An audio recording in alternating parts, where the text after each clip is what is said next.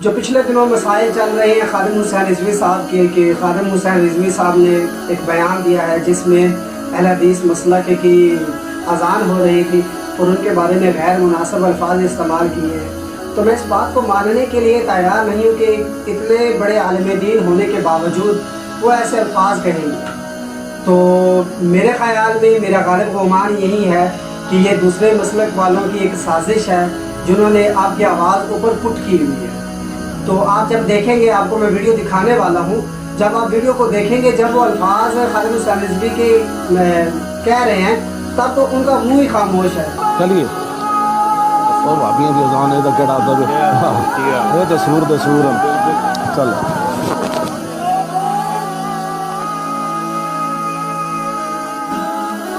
منہ ہی خاموش ہے۔ اس کے بعد وہ جو الفاظ گئے ہیں، جب وہ الفاظ کہہ رہے ہوتے ہیں ان کے سامنے ایک بندہ آ جاتا ہے تو ان کو ایک موقع مل گیا کہ خادم حسین رضوی صاحب کی یہ آواز ہے، تو کوئی بھی بندہ کسی دوسرے بندے کی آواز نکال سکتا ہے۔ چلیے ویڈیو کا کنٹینٹ یہ تھا کہ دیوبندیوں اور اہل حدیثوں کی اذان کے بارے میں کہہ رہے ہیں معاذ اللہ یہ تو فلاں جانور، گندے جانور کا نام لے کے ان کی اذان ہو رہی ہے، اس کا احترام کیا کرنا۔ تردید آ گئی، تردید ایک پنجاب صوبے کے شمالی پنجاب کے امیر نے کی۔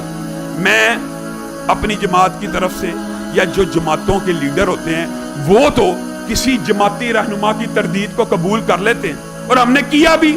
اس میں کوئی مشکل کام نہیں، ہزاروں مثالیں ہمارے سامنے موجود ہیں۔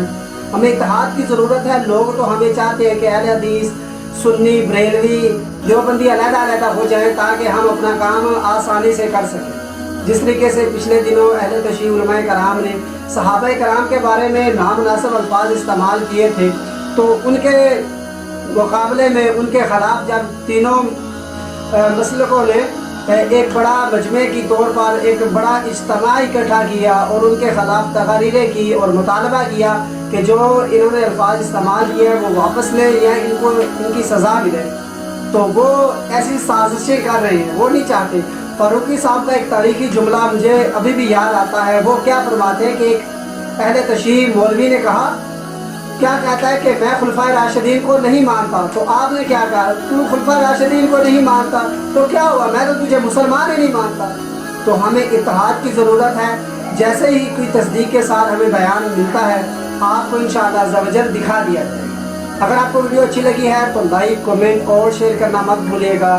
میرے چینل کو ضرور سبسکرائب کر لیجیے گا۔ جزاک اللہ خیرہ۔